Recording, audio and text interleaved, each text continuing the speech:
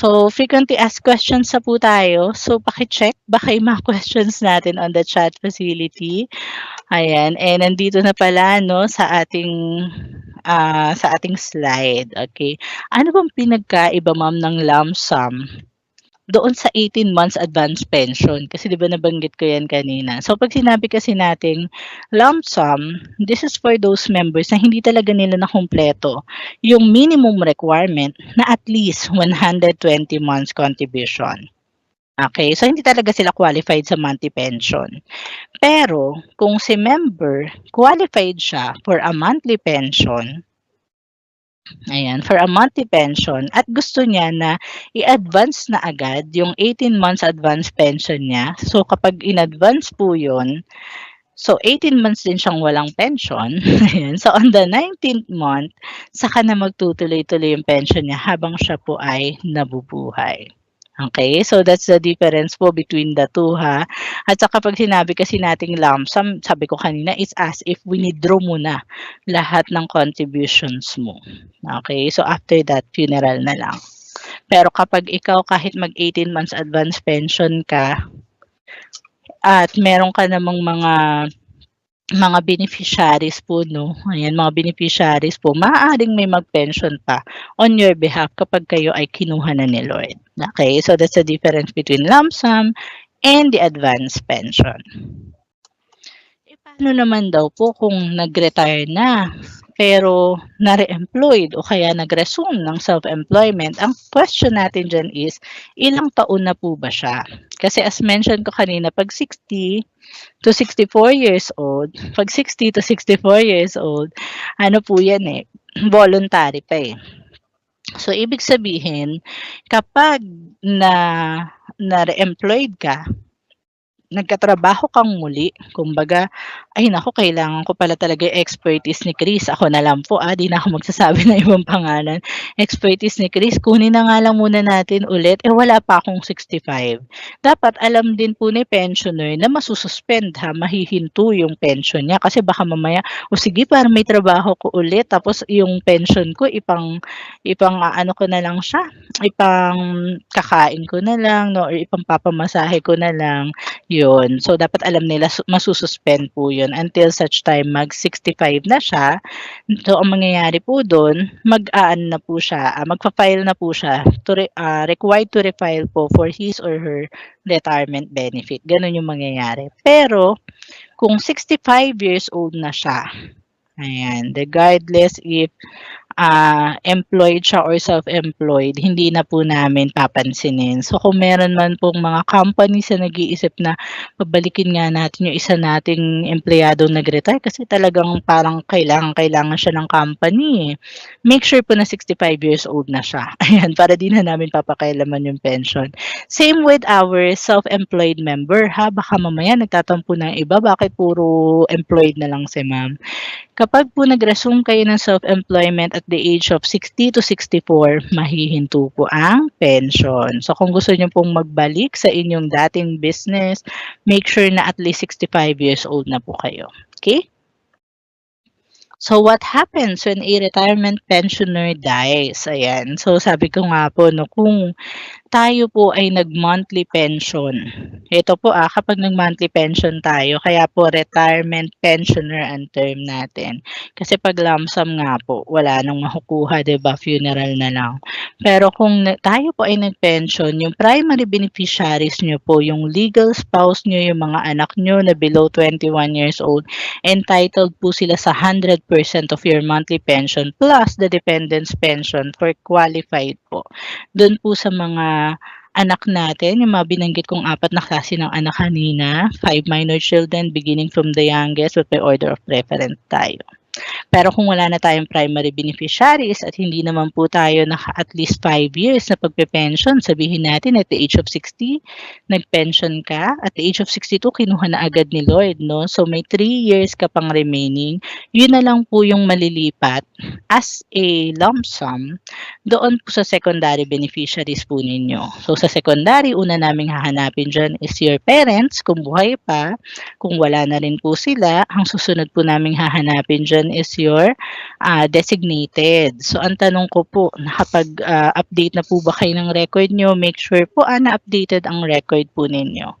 Okay? Kasi kung may anak kayo pero above 21 na at the time of your death, tapos nandito na tayo no, sa secondary beneficiaries, tapos mga kapatid mo yung nakasulat sa E1 or sa E4 po ninyo, naku, mga kapatid nyo po yung makakakuha.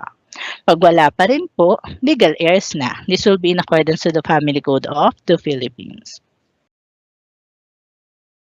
Ngayon dito naman, parang ang pinaka-question kasi niya dito is, pwede bang magsabay na retiree na ako, survivor pa ako?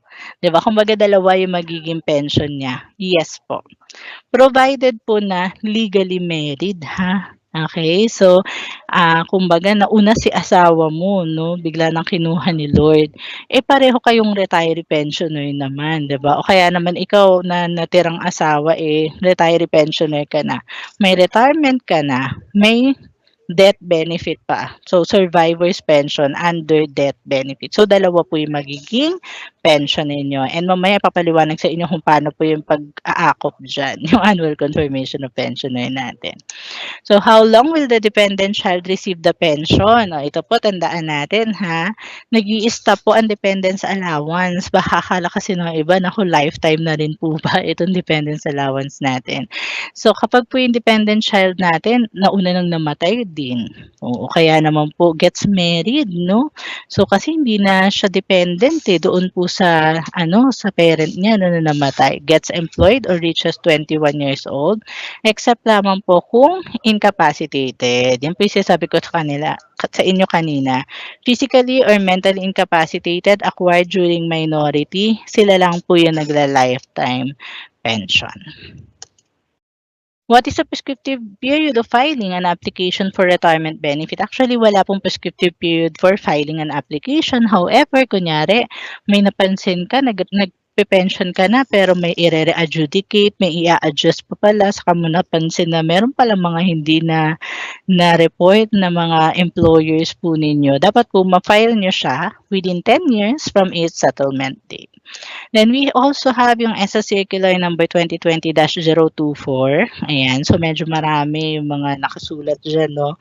So para po isimplify natin yan, ibig sabihin, 2 beses na lang po naglalabas ng pension si SSS per month. So titingnan po natin, kailan po ba dating nagpe-pension si pensioner natin? So kunyari po dati 1 to 15, sabihin natin ay 12 ako nagkakaroon ng pension dati. Ngayon po, every first day of the pension month na siya. So, yan, natandaan natin, 1 to 15, every first day po yan. Sabi naman ng isa, ay 23 ako nakaka-receive ng pension dati. So, kung 16 to 31, ika-16th day naman po yung pension month niya. Okay, so hopefully clear tayo dyan. Tanong po dito sa ating chat box, no, sa episode 3 na ito. So, first question from Sofia de Guzman. Alright, so sabi niya po, Miss Chris, good morning. I will turn 60 this September. I was a contributing SSS member as an employee from 1984 to 2008. And a voluntary member since 2013. So, pinagpatuloy niya raw po, Ma'am Chris.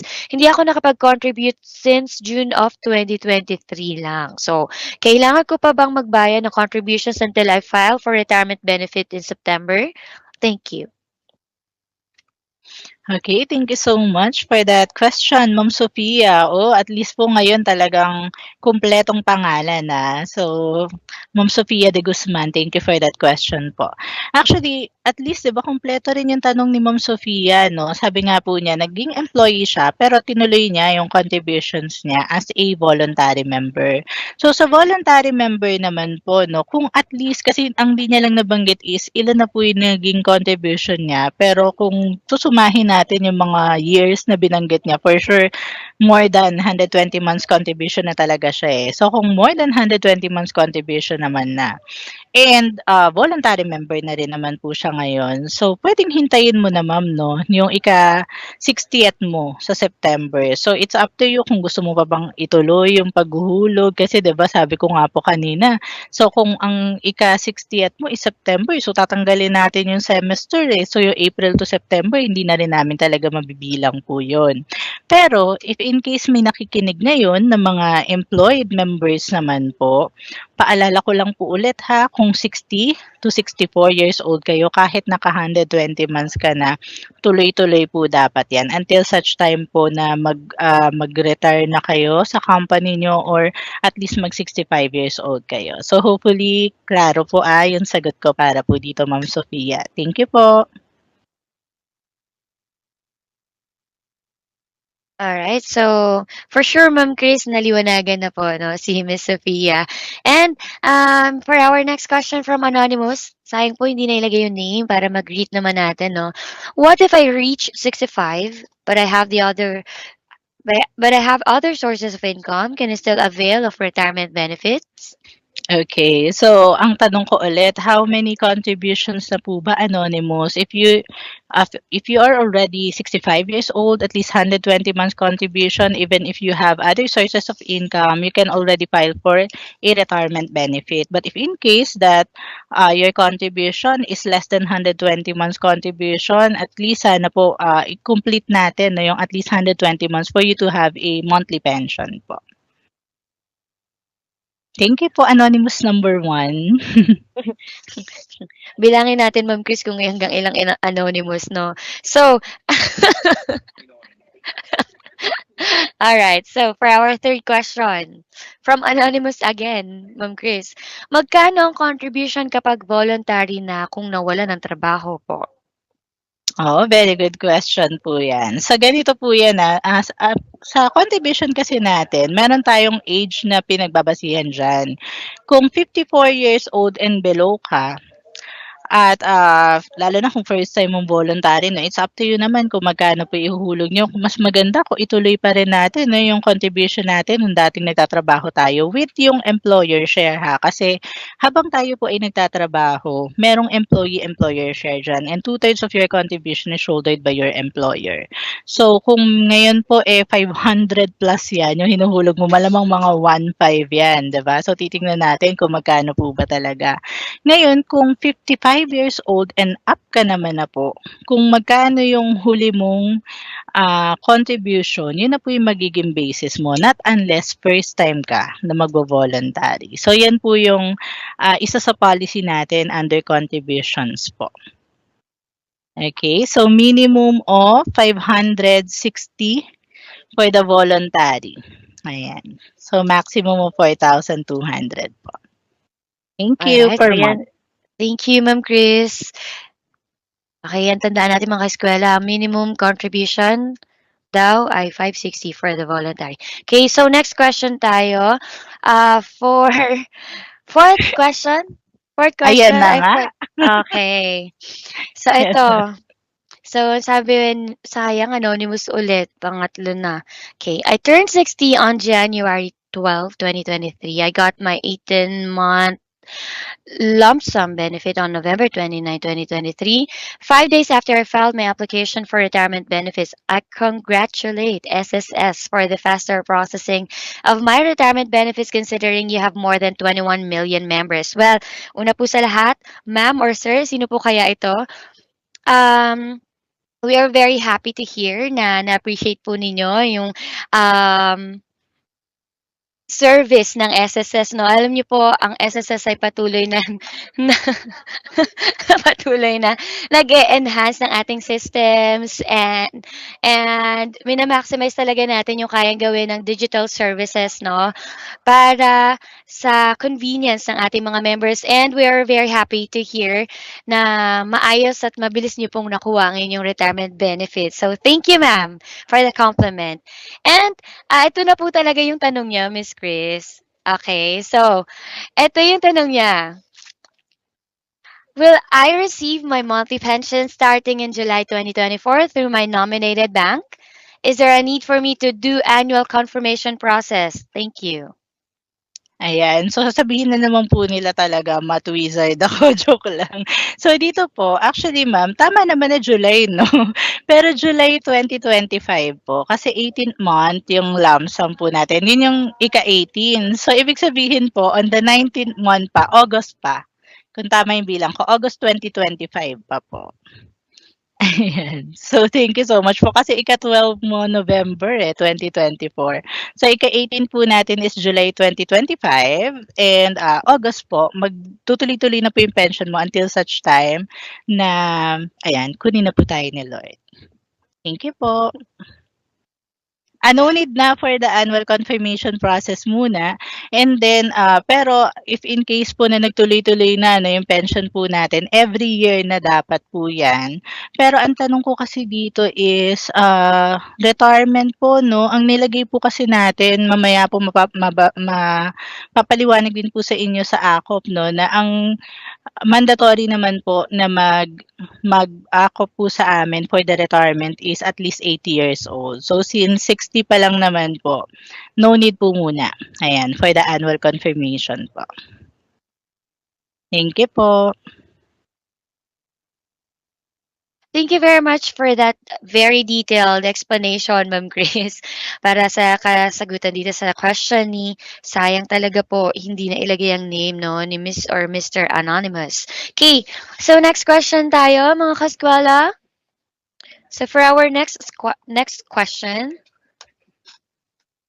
All right. So, ito naman po, may two questions po tayo. This is from SCB. Okay, so question number 1.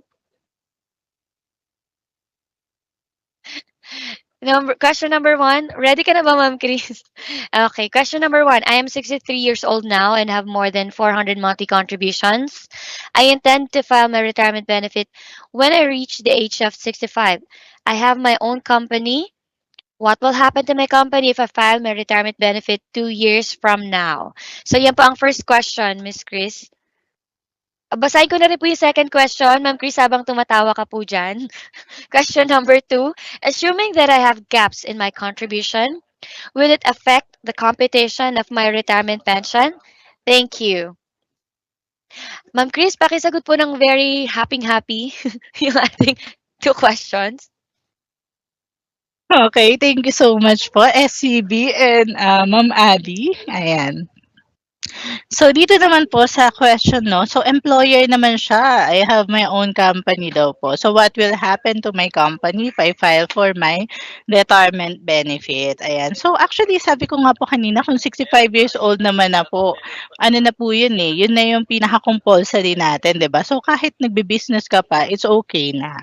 Basta wag lang po kayo magpa-file ng 60 to 64 years old. Ngayon, if in case naman marami yan eh, baka naman gusto mo ring ilipat muna sa anak mo, 'di ba? So depende po 'yun, no, kung ano yung magiging kalakaran or kung ano po yung mapagdedesisyon na ninyo for the company. Ganun po siya.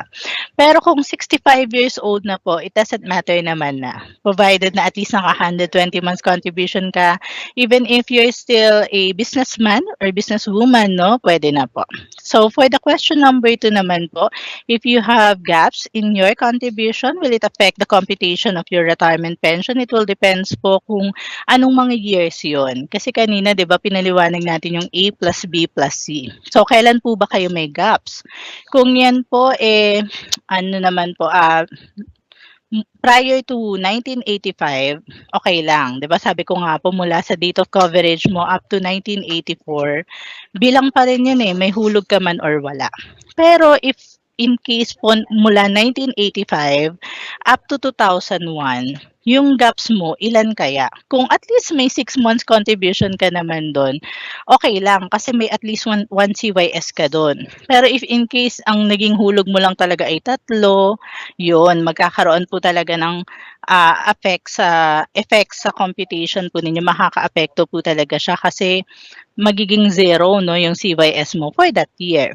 And then kung 2002 up to the present naman po siya, kanina sabi ko divisible by 12 siya. So kunyari instead na 12 months pala no, dapat 1 CYS ka pala. Kaya lang dahil may gaps ako ma'am, naging 9 months lang ang nabayaran ko. So magiging 0.75 po 'yun. So pwedeng avail po. Ay, pwede po yung mabilang pala, makaapekto sa computation po ninyo. So once again, it will depends on the year po. Ayan, SCB, thank you for that question.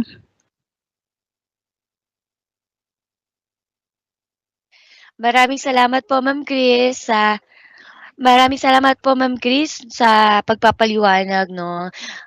Ang sagot po dito sa ating question from sorry, nakalimutan kong basahin yung letters. SCB. SCB, okay? Sabi ko kasi CSB eh. SCB. Okay, so tatalo na po tayo sa susunod na katanungan. From our Kestuela from SBDFI, Miss Fatima. How about po if magtataas po ng sweldo this March? July 2024 po ang 65th birthday niya. From March po ba hanggang June makakasama po ba yan sa competition po niya for pension? Okay, so thank you for that question po, Ma'am Fatima. So kung ika-65th birthday po niya is July, so kung tatanggalin po kasi natin yung semi-serve contingency, that would be April to September. So hanggang March lang po talaga ang magiging basis po for that. So yung April to July, hindi po siya kasama. Hanggang March lang po. Thank you po. Alright, salamat po ulit, Ma'am Chris. Next question from, tingnan natin mga kaskwela, from CJ Alayon. Okay, so maraming salamat po sa mga nagtatanong ha. If si member ay working, then biglang hindi na pinapasok ng company. Si member ay turning 60 years old in 3 months. Then inabutan ng 60 years old birthday, 60th birthday niya and nag-file na ng retirement sa SSS. Ayaw i-certify ng employer. Ano pong other steps para makapag-file ng retirement si member? Okay, so thank you so much, Sir CJ, no? So, ano kayang so ano kayang reason, no, bakit ayaw i-certify po ng employer? Meron po bang nangyari na kasi minsan may mga pending cases po ba 'yan, 'di ba? 'Yun po yung titingnan po natin diyan, eh. Kasi, for the retirement kasi hinihingan po talaga ng certification from the employer. Not unless siguro talagang nagsara na po ba si employer, ayun, yun yung mga tatanungin po namin diyan or, baka po kasi hindi kami naging maayos 'no, yung relationship po namin, meron po kasi kung naging whistleblower ako kunwari gano'n, ayan. So puwede pong affidavit ang ipasa po natin diyan, provided po, na for ano po 'yan, for investigation din po kapag gano'n. Kasi minsan yung iba nating members 'pag narinig, "Ay puwede naman pala yung affidavit." So affidavit na lang pala yung ibibigay ko. Pero i-ano po 'yan, iimbestigahan din po talaga namin 'yan. So make sure lang po na truthful kayo 'no, sa lahat po ng mga ipapasa niyo kay SSS. Thank you po. Alright, so maraming salamat, Ma'am Chris, no? I believe we still have like 3 questions or 2 questions pa. So, ito po, again, mga kaeskwela, ito yung mga kadalasan or common na tinatanong dito sa ng mga kaeskwela natin sa chat facility. So, ito po yung mga napili naming i-flash para po ma-address po, no, yung mga katanungan din ng iba. Okay, so from Veronica, I have a question po. Yes, if hindi included yung semester of contingency sa competition or retirement, does it mean kung alam ko naman na magre-retire na ako, example, this November, kahit hindi na ako maghulog ng contribution ko from July, voluntary na naghuhulog po ito? Very good question po, Ma'am Veronica. Kumpletong-kumpleto ang mga details po 'no, na binigay po niya.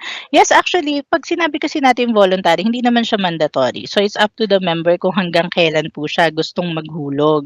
Pero ang tanong po kasi natin diyan, naka at least 120 months contribution ka na po ba? If yes, nasa inyo po 'yan ha. And if in case naman po na itutuloy niyo pa rin po, ayun, yun nga po, at least alam din po natin ha na ma-ano rin po siya, mai-exclude din po siya, doon po sa ating mga, sa computation po natin ng retirement. Actually ano, sabi ko nga po kung gusto niyo pong makita 'no, if you're qualified or magkano talaga yung makukuha niyo sa retirement, puwede niyo pong subukan ha, meron po kami via online. So hopefully, lahat ng mga puwede nating magawa 'no, sa ating My.SSS, hopefully i-try natin para po, maging, kumbaga mag-gear up na tayo kapag tayo ay magre-retire, alam na natin yung kailangan po nating gawin.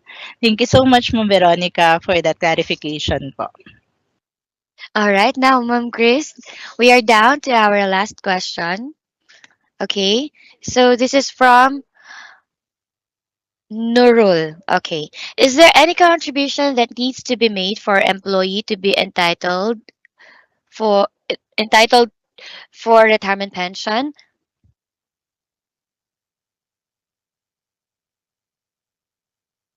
Okay, so thank you so much, sir or ma'am Nurul, no, for that question. But if in case that he or she is employed, it is the duty and responsibility of the employer to contribute on her or his behalf po until such time he or she reach the 65th years po niya or 65 years old po niya.